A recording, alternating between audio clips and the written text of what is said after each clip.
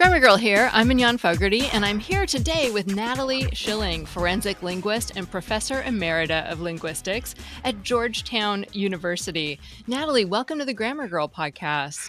Thanks so much for having me. Excited to be here. Yeah, you bet. So, I understand that you have been portrayed on TV for your work. And, how did that come about? And what is it that forensic linguists do that is so exciting? Yeah, so I have never been a TV star, but I've been played on TV, and not just once, but twice. So I was, let me think how to phrase this. The first me on TV was a person on Criminal Minds who is called Dr. Alex Blake. And she's actually a composite, not the real me. She's made up of a couple different people. And she happens to be part linguist at Georgetown University. So she teaches at Georgetown University. And she also happens to be an FBI agent at the same time. So we don't have too many people who teach linguistics at Georgetown who are also FBI agents. So they took a little bit of artistic license with that character, but that's me. And then the other time I've been played on TV is there's a character in a scripted series called Manhunt Unibomber. That's a Discovery Channel series. And there's a person on that show called Natalie Rogers. And Hmm. she is a composite of me, Natalie Schilling, and Professor Roger Shy, professor emeritus of Georgetown University, who is one of what we consider to be the founders of forensic linguistics. So Wow, it sounds that's like my other alter Georgetown. ego. Go ahead. Sounds like Georgetown is sort of the place to be if you're a forensic linguist. It can be. We've done our share. Professor Shy was instrumental in starting. Uh, Professor Shy was instrumental in starting the field of forensic linguistics, forming the field, getting it to be known, at least in a limited way. And he worked a number of cases in forensic linguistics as well. So, what a forensic linguist does, what Yes. forensic linguistics is forensic linguistics, very broadly speaking, involves anything having to do with language and the law. So you're bringing training in the scientific study of language, which is linguistics, into the legal arena. This could involve anything from analyzing language evidence. Maybe there's a crime where part of what you need to look at in connection with the crime involves language. So you have DNA evidence, but maybe there's also language evidence.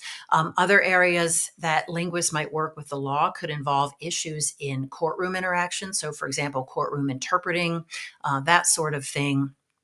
Um, I've mostly been involved in the area of analyzing language evidence. So looking at, say, for example, a criminal case, maybe there's an anonymous communication of some type. Maybe it's an anonymous threat. And so you Mm. might look at that, either document or listen to, say, a phone call, and be able to say something about the characteristics, maybe the demographics of the person who's responsible for the communication. So that would be an example of something that a forensic linguist would do. So what are some examples of the kind of things that you would detect in your work, like in a phone call or in some of the written Mm, correspondence that you're analyzing? yeah. So a linguist working in forensic linguistics would look at details of language on every level of language. So, say for example, there's an anonymous phone call that's a threat of some type. And the investigators just want some help trying to figure out, well, can we narrow down our search? Who could this be? So they might contact a linguist to do what we would call speaker profiling. So, can you listen to this audio and tell us anything about, for example, is this a native speaker of the language? So, is it a native speaker of English? Is it somebody from a particular region or even country? Can you tell, is this an American? Is this a Canadian? Is this a British person? If Mm. it's an American, anything about regionality? Is it maybe somebody from the South? Is it somebody from the Midwest? Are there indicators of ethnicity? indicators of gender. We often think, oh, it shouldn't be any big deal to tell the gender of a voice, but sometimes it can be. Age. So those would be some of the factors. So demographic factors that we might look for in that type of forensic linguistic work. How much can you narrow it down? I had someone who listened to the podcast once ask me if I grew up in the actual city where I grew up, and they said it was because of the way I speak, not because of they knew where I was from or anything. And I still think they were messing with me. Like, can you really narrow it down to an actual city? If I was really amazing right now, I'd say, well, I can tell you exactly where you're from right now, but I actually can't at the moment. But if sometimes, believe it or not, there actually can be like a linguistic tell, and Like, what's an example? not every city would have that. I don't want to give too many away because we like to Ah, keep them in our little bag of tricks for amazing you and making you feel like, wait, she's messing with me. But I can tell you a few. So let me think about something that would be an example of where somebody's from. Oh, so this is a super easy example, but so for example, if I'm talking to you and you say, "Hey, let's go out to lunch. Let's go get a hoagie," mhm, which is the term, a very localized term for that long, thin sandwich with cold cuts and cheese and all that stuff. So it's a what many people in the U.S. would call a sub. That's kind mhm. of an obvious example. It's very confined to the Philadelphia region and a little bit beyond that. Otherwise, in the US, people don't use that term. So then I would say, oh, you must be from the Philadelphia area. And you'd say, whoa, how would you know? I think that's kind of an obvious one, but there are kind of less obvious ones. So um, a good example comes from work by well-known sociolinguist William Labov, who's actually considered to be like a founder of sociolinguistics. And this is actually a case of forensic linguistics where a small detail of language um, really narrowed down where somebody was from, or in this case, not from. So he worked on a case involving a bomb threat. This was back in the 80s, a number of decades ago. And at one point, the threat, it was an anonymous threat called in, and this was in LA, it was in LAX, Los Angeles Airport. The bomb threat caller called in and said something like, he said, there's a bomb on the plane, blah, blah, blah, blah. I know you're on that. So he said, that for that. That's not an exact pronunciation, but it's approximate. Mhm. People, the investigators and airport officials in LA listened to the bomb threat tape and they said, oh, that guy has a New York accent, New York City accent. So we have a cargo handler working here who has a New York accent. It's him. It's that guy. Mhm. So they actually arrested the guy. He was put in jail. Um, his defense team contacted Dr. Labov and said, hey, you're an expert in New York City English, which Bill Labov is. He's done foundational work in sociolinguistics on features of the New York accent. And he said, the prosecutors think this guy is from New York. He assures us he did, or thinks that the bomb threat caller is from New York and thinks it's this guy. We're convinced our guy's innocent. So Labov listens to the audio and he doesn't even actually need any time to analyze it. He basically knows right away from that person is not from New York City.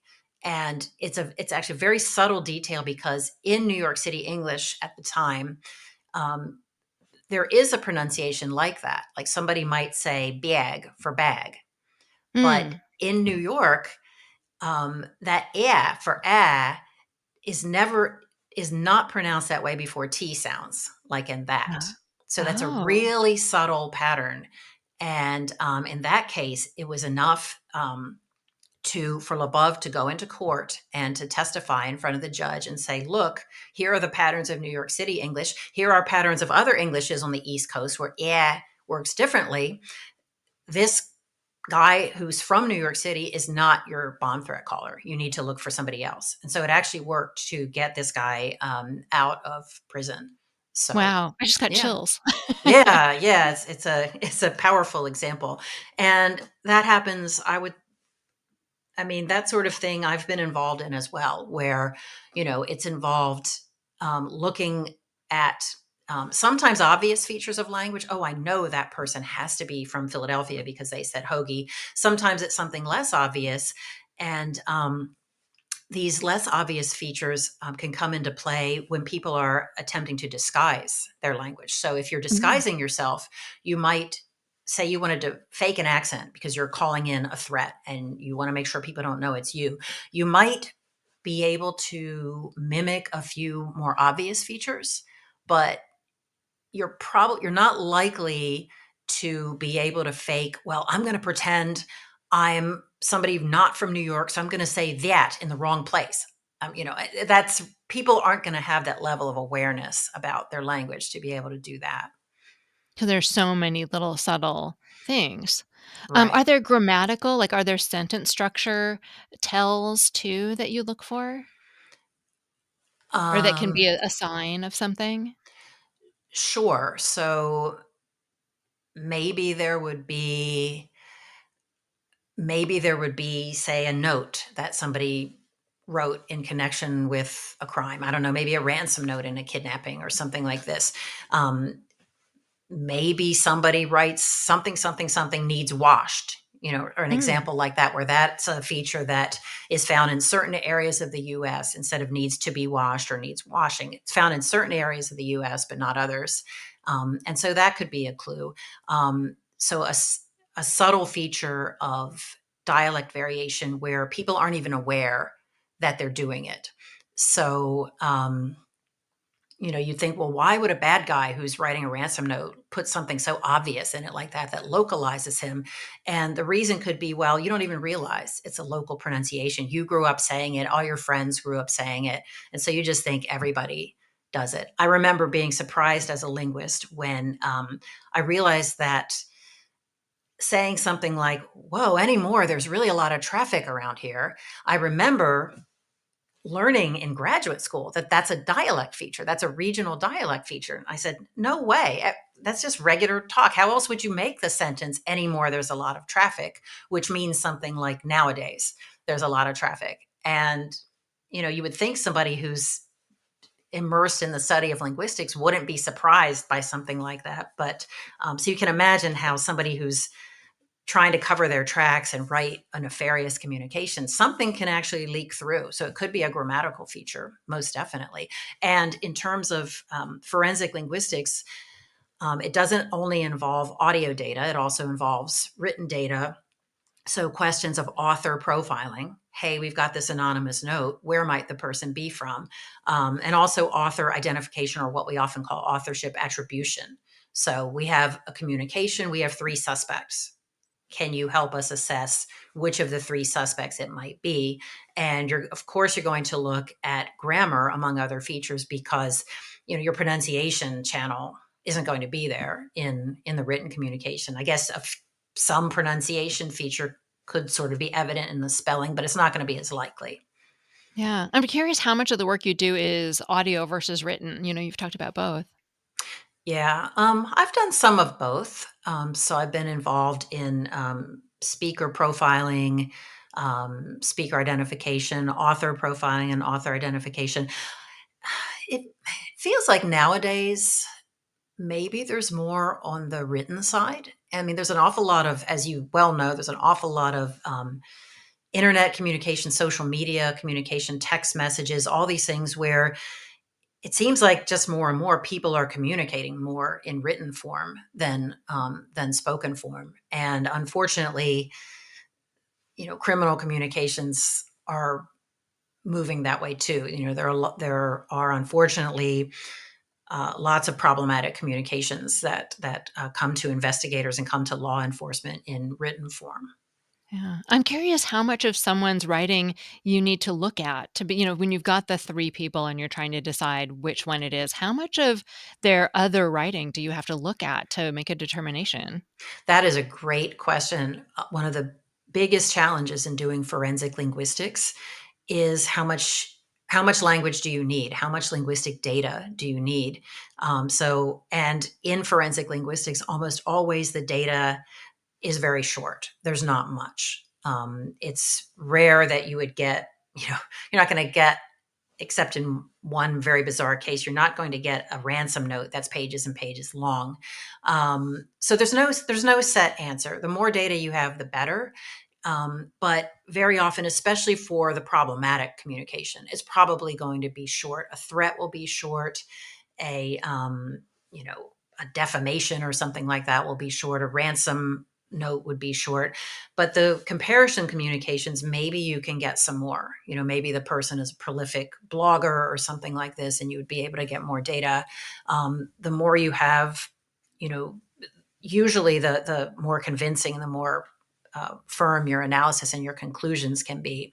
But you also have to be very careful that more data isn't always better data, because ideally you want it to match as closely as possible in genre, type of communication. So if I write a threatening email to a coworker, and the comparison data that the investigator and the linguist has is my shopping list, or I don't know, something crazy like that, or my tweets to my mom or something like that. It might not be, we all change our language a lot based on the type of communicating we're doing. What's the purpose of the communication? Who we're talking to? Is it humorous or, serious tone? These types of things. And so if we get a question document and some documents of known authorship that are quite different in purpose and tone and audience, then we might accidentally conclude it's a different person rather than correctly concluding it's the same person. So we would strive to get communications that are as close as possible to each other. Yeah. Yeah, you mentioned tweets and digital communication. Have you seen any cases where things like emoji or memes came into play? Like this person always uses this meme, or they tend to end things with a laughing emoji or anything like that? Um, I've been involved in a case involving authorship of some question text messages. And while the person or the nobody's style is marked by, oh, they always use, smiley face number 72 or something like that. But I could clearly see texting styles where one person's communications include these types of cutesy things and another person's really just kind of don't include them. So that's an example I can think of. But I wouldn't be surprised if there are very specific emojis that mark particular people's styles. Mhm. And what are some of the, just tell us some stories, like, what are some of the really interesting stories in forensic linguistics, like, famous cases? Like, maybe are there cases that, every student of forensic linguistics Mm. learns about? Oh, that's a good question. Yes, the case I just talked to you about, with William above, is one that I have always taught my students, and it tends to appear um, in, say, textbooks and that kind of thing. So this is the case. We often just call it the Pan Am bomb threat case, because the threat was made against the now defunct Pan Am Airlines. So that's one. It's a great case because it illustrates so well how knowledge of subtle patterns, subtle yet highly regular patterns of dialect variation, can be used in a forensic context, can really pinpoint something about demographics, who a person is and who a person is not, in terms of identifying an individual. Another case that people often point to is one that Roger Shy was involved in, where there was a ransom note in connection with a kidnapping. A juvenile had been abducted from their home, and there was a ransom note instructing people where to put the money. And it said something like, take the money, put it in a diaper bag, and take it to the corner of Fifth and Carlson, something like this, and leave the bag on the devil strip. Hmm. Mhm. And and this is, I guess we might call it a linguistic smoking gun. So it's another example of a word like hoagie, which is very regionally confined. So it's a lexical item that's tightly confined. And Professor Scheid didn't actually know when he got the case where that term is, but thankfully we have this great resource in sociolinguistics and linguistics and dialect study that's called the Dictionary of American Regional English. And you can go to that dictionary. It's multi-volume. It's huge. It's also very fun to read through because it catalogs all these regional terms, these regionalisms in American English. So Professor Shy was able to go to that great resource and look up devil strip. Oh, well, that's really confined to the area of Akron, Ohio, and that's about it in the Hmm. US. And so in that case, we're able to say, well, you've got a suspect pool. Do you have anybody from the Akron area?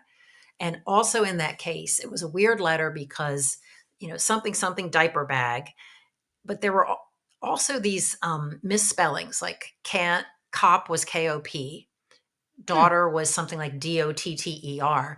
And Professor Shy said, well, no, wait a minute. If you can spell a word like diaper, that's not the easiest word in the world, but yet you're writing like this cartoonish spelling, KOP for cop.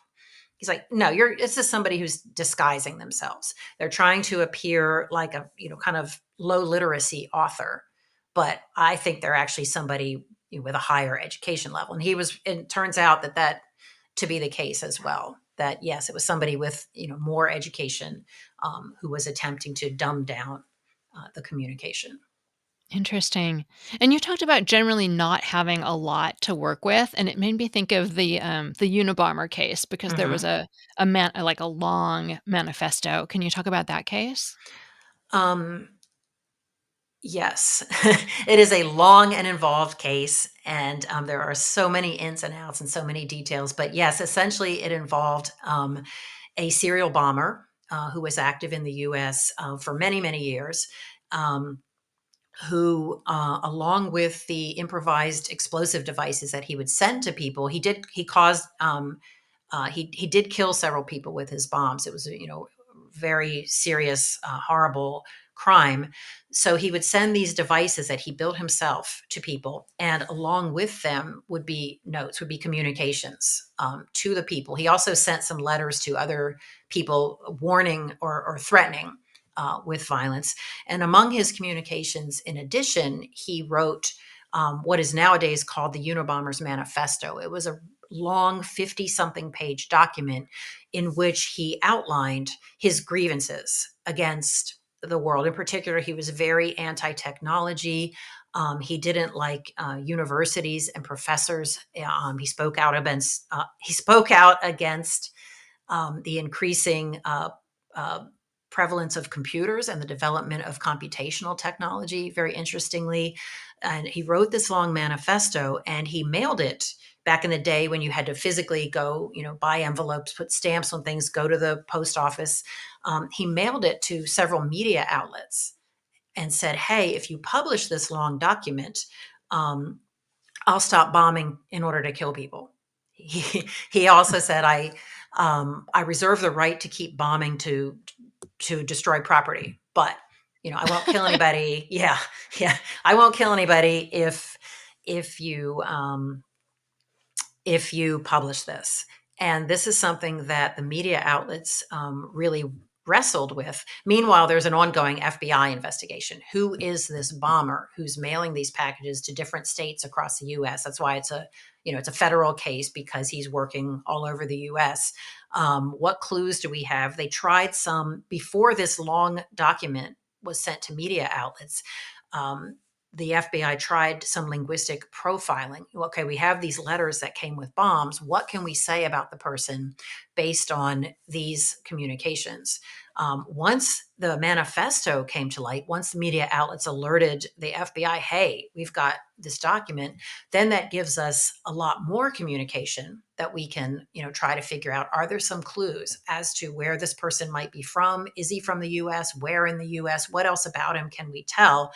Um, then finally, at one point, Ted Kaczynski's brother, David's wife, was reading, I think she was actually on the early internet looking at an FBI site of some type. I don't exactly remember.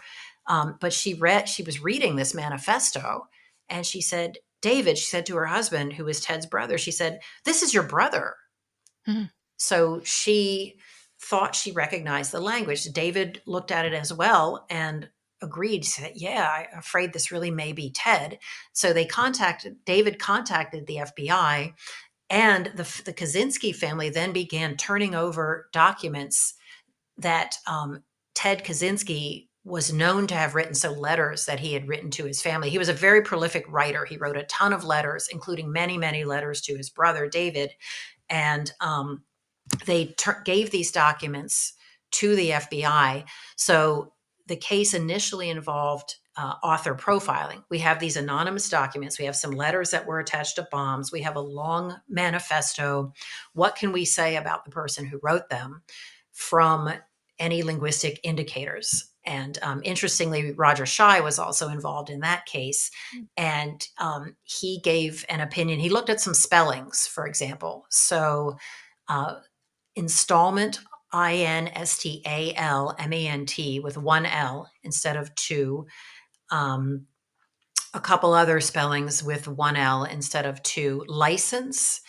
I always get confused which way license is supposed to be spelled in American English, but the manifesto and the letters with the bombs used a particular spelling of license that was more the British or Canadian spelling than an Hmm. American spelling. And Professor Shy actually gave a profile in the early days saying, well, the Unabomber, because of these spellings, he might be somebody possibly more northerly or Canada, or he could be somebody based on this installment. And willfully was another one with WILFULLY, one Hmm. L.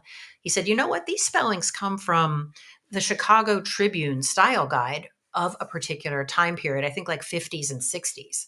And so he's like, Wow. this might be, somebody who's not that young, who is from in the Chicago area. So he gives, this kind of a abbreviated profile, but hey, maybe this has something to do with who this guy is. But then when they get these known writings of Ted Kaczynski, then you can do what we call authorship attribution, where you can compare the anonymous criminal communications with the known communication. So you can take Ted's letters to his brother, his letters to his family, et cetera, et cetera. There was a fairly long document known to be written by Ted in which he also is outlining some grievances. So you can compare something that's a very like genre with the anonymous manifesto. Um, so that's what FBI investigators did. So there was a Unibomb task force, and they had within the task force, they had a team that was looking at, doing this. They didn't call it authorship attribution at the time. They didn't actually bring in any other linguists per se at the time. Um, so this was headed by a supervisory special agent, James R. Fitzgerald, who just with his team did this very detailed comparison where they considered, say, for example, lexical items. Um, What's that? Explain what that is. right. So terms, vocabulary words. So, for example, there was something like edible roots and plants Hmm. in unusual things that most people wouldn't write about or talk about that was found across the known and unknown communications. So vocabulary. He also, in both sets of documents, there's also reference to like chicks for women. It's like an older Hmm. derogatory term where you think, oh, that's not a young person who's going to call women chicks. Yeah. Um, then they also considered grammar. Are there any kind of grammatical tells? The Unabomber wrote in a very what we would consider grammatically correct and standard way, so there wasn't necessarily any kind of tell that was an obvious mistake that we see across the known and unknown documents. But all of these documents are very grammatically correct according to um, accepted standards. Though there are some interesting, say, lack of comma where one might put a comma, something like that. Nothing that necessarily really leaps out a lot, but there are consistencies. There are also what I actually noticed later when I was taking a look at the Unabomb documents. I found some other usages, whether we call them vocabulary or grammar, things like whether or not you write, and these are all perfectly proper English again, so people don't think about it or notice it, but do you use anyone or anybody? Do you use everyone or anybody? Do you use no one or nobody? Believe it or not, these things tend to be, we tend to do them consistently, even though we don't think about them.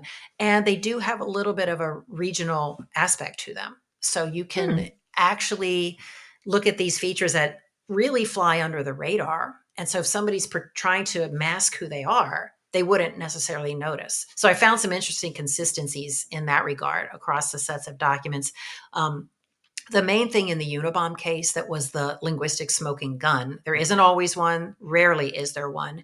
But Agent Fitzgerald noticed in the manifesto, he had highlighted this phrase called, that's something to the effect of, well, you can't eat your cake and have it too. And he's like, oh my Hmm. gosh, finally the Unabomber made a mistake because the phrase is, you can't have your cake and eat it too. I don't believe it. I thought he was perfect. Then in reading Ted Kaczynski's work, unbelievably, there's that same phrase again. You can't eat your cake and have it too, inverted the other way around. It's like, wow, oh my God, that is a, and you can even do quantitative research where you can go look, you can search the internet, you can search newspaper archives, and you can find in American English usage, it's very rare for people to put the phrase eat and have instead of have your cake and eat it. It turns out it was never a mistake in the first place because the original way that the phrase was ever written was, you can't eat your cake and have it too, not have your Hmm. cake and eat it too. So the Unabomber turned out in the long run to have actually been more correct. But so yeah, so that case was, it's just an interesting and quite foundational case in forensic linguistics, even though at the time, the FBI wasn't calling it forensic linguistics, but it was definitely a case of author comparison. Um, Technically, in forensic linguistics, we we would call that author verification, where you have some anonymous documents and and documents from a suspect. You're comparing two sets of documents. When we compare anonymous communications to a number of authors, we call that authorship attribution. It's a very similar task either way. Um, Yeah. yeah. That's amazing. That's more detailed than I've ever heard about the Unabomber case, and it's just fascinating. It makes me wonder if you can tell, someone's state of mind. Have you ever called on to tell someone's state of mind by comparing, like, different documents from different time periods to try, prove maybe they were angry or murderous or something when they wrote a Mm. certain letter? Yeah, that's a great question. Um, I Or whether think, someone has declining cognitive abilities too, like, mhm. how does someone's writing change as they age, and does that ever get in the Yeah, way of yeah, forensic yeah, linguistics? yeah. There are definitely studies looking at psychological state and particular language features. A researcher by the name of James Pennebaker, I believe he's a psychologist, not necessarily a linguist per se. He's done a lot of work where it's quantitative, in where you quantitatively study people's writings and what can you say about their psychological state. So for example, he and his team have come up with findings such as people who are depressed will use more first person pronoun I than people who are not depressed, who would use, second person you, third person he and she. um, Hmm. so that would be an example of quantitative, at least correlation between particular, and again, small little details of language use and something about the person. There's also work in sentiment analysis, which is more in the computational linguistic side of things, where you consider, are there words, as you said, indicative of maybe anger? There are researchers in forensic linguistics who have considered the linguistic characteristics of threats. And do threats have more, anger words, hate? I'm trying to think of some angry words at the moment. I'm mad at you. I hate you. You're horrible. Do they have these types of strong words that we think, carry strong emotional connotations, or are there other characteristics of threatening language? Interestingly, it does seem like you cannot neatly categorize threats that way. And Mm, another type of word that forensic linguists have looked at in connection with, say, for example, is this a threat that's likely to be carried out or not? mm, Which you can imagine is very important. If you get a yeah. bomb threat called into a school, for example, it would be really helpful to know if this is something you need to close down the school for, you need to quickly evacuate everybody. Is it a kid, playing a prank who wants to get out of their exam or something like that? Um, but one type of word that linguists look at in this regard is what we would call modals. So I might hurt you versus I will hurt you. I could hurt you versus I'm going to hurt you. These type of things.